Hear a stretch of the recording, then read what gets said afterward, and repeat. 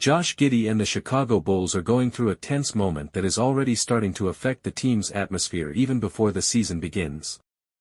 Contract negotiations between the Australian guard and the franchise have reached a stalemate, and the player has shown dissatisfaction with the offers received so far.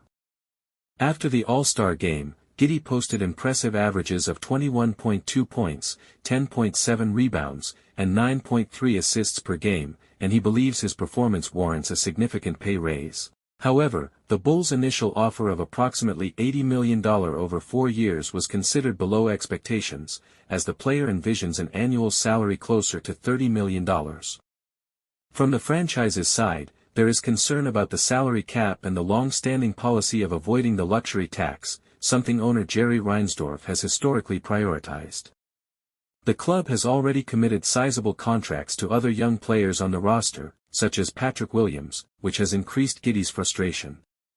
On the market, the situation is even more complex.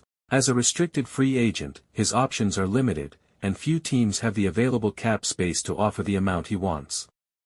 This scenario reflects a broader trend in this off-season, where franchises are being more cautious with long-term investments. An alternative for the player would be to accept the $11.1 million qualifying offer, staying in Chicago for one more year and becoming an unrestricted free agent in 2026. Analysts suggest that an intermediate deal of 3 years for around $70 million could meet the interests of both sides, providing stability for the player and flexibility for the team. Still, the risk of prolonged negotiations is a concern, as it could compromise the guard's performance in the preseason and the locker room atmosphere. In the midst of this situation, rumors have emerged of the Golden State Warriors' interest in a potential sign-and trade involving Jonathan Kuminga.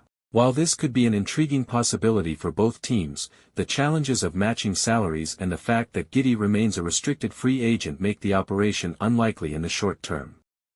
League sources describe the chances as remote. Whatever the outcome, the next steps will be decisive.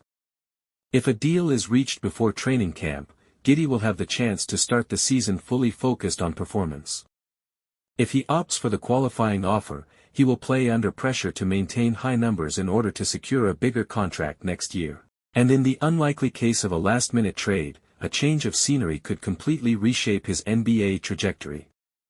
The deadline for any decision is October 1st, and the longer it takes, the greater the uncertainty about the young Australian's future in Chicago.